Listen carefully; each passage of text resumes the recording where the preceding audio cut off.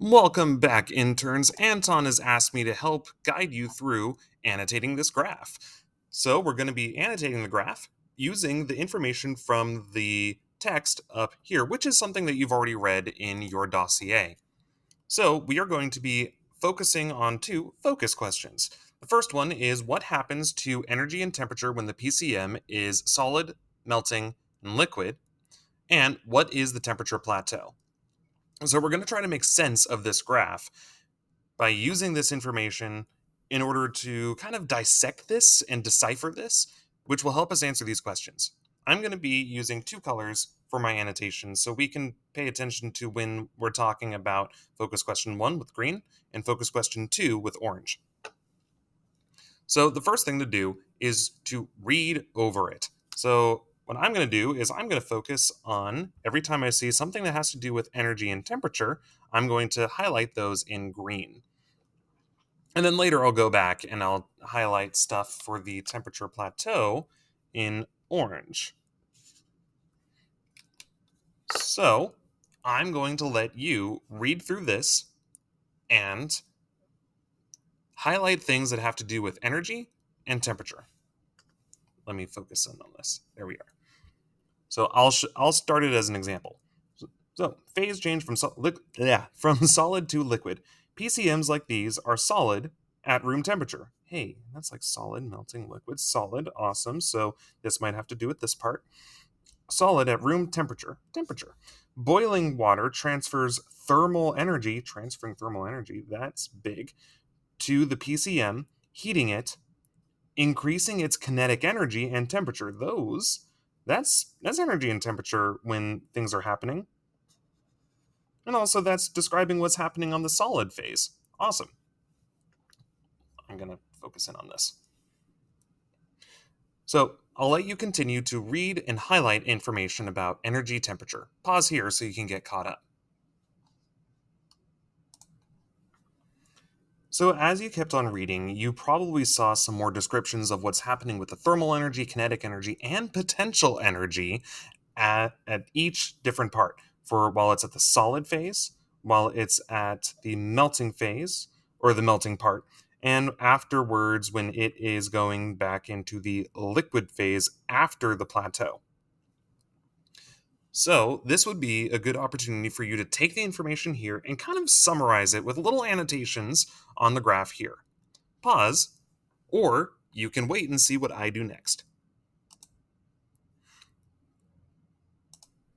So I put kind of an outline here so we can put in the information from the text into the graph.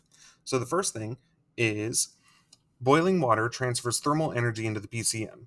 Oh, thermal energy transfers energy source. So that's boiling water.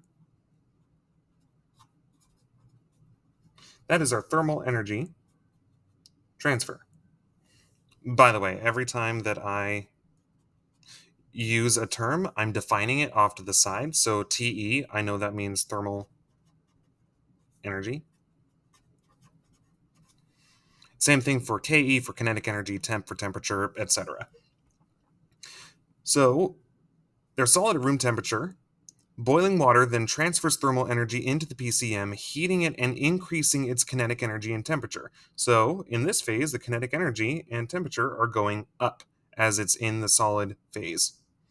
Then when the PCM begins to melt, now we're talking about here, changing phase from a solid to a liquid, its temperature stops increasing for a while. This is the temperature plateau. We'll focus on the temperature plateau in a moment, but as thermal energy continues to transfer in, the kinetic energy and the temperature of the PCM remain constant.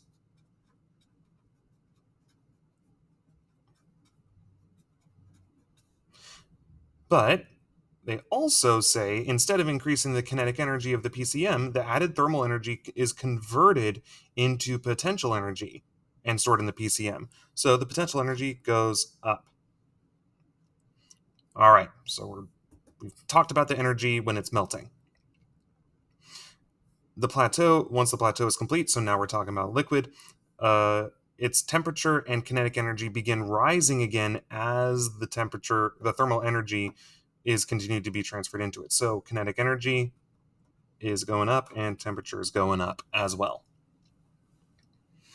All right, so this really helps us dissect this graph about what is happening to the energy and temperature when the PCM is solid, kinetic energy and temperature, melting, kinetic energy temperature, but also what's happening to the potential energy, and liquid for the kinetic energy and temperature. All right, so I'll let you finish up your annotations, maybe something similar, and then we'll move on to focus question 2. All right, for focus question 2, we are talking about, I'm going to use red and orange for this, the temperature plateau. So the first thing that we need to do is read through the paragraph again and identify anything that talks about what is happening at the temperature plateau.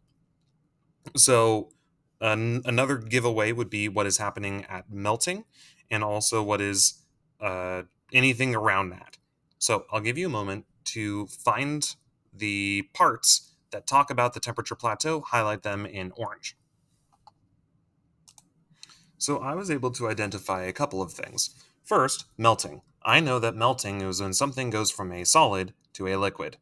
From a solid to a liquid. And it also says that this is the temperature plateau represented by the flat part of the heat phase graph below. So we know that this, which I will just kind of circle around, is the temperature plateau part. And this is melting. So, which is melting up there too. The next part that we have to do is identify what is happening to the temperature plateau, that flat part. So we may want to make a couple of things apparent. So I mentioned before that melting, we may want to make an annotation that melting equals going from a solid to liquid. And we may also want to say that this is when we are that requires some heating to go on. So this part of the graph is the temperature plateau, and we know, or so we can identify what's happening with the phase change here. Specifically, the part where it says the heating and heating and melting and melting. We're just trying to connect a lot of dots here. So as we're talking about the temperature plateau, a really big idea comes into play, which is, actually, I'm going to put a little star by this, that the potential energy goes up. Because energy, as we learned in previous science lessons, can't be created or destroyed, but it can be changed. In this case, it's being converted from thermal energy, as energy is being transferred in. In this part, it's being converted from thermal energy into potential energy. So this is the key that makes this temperature plateau happen, and why we're able to recharge those PCMs to be used later in our incubator design. So now that you've had a chance to work through the melting, you can now work through the freezing using the same idea. So grab your highlighters, grab your pens, whatever you need, and let's try to annotate what is happening when the cooling PCM, when it freezes from a liquid down to a solid, and what is happening to energy and temperature in those parts, and what is the temperature plateau here. Good luck, interns.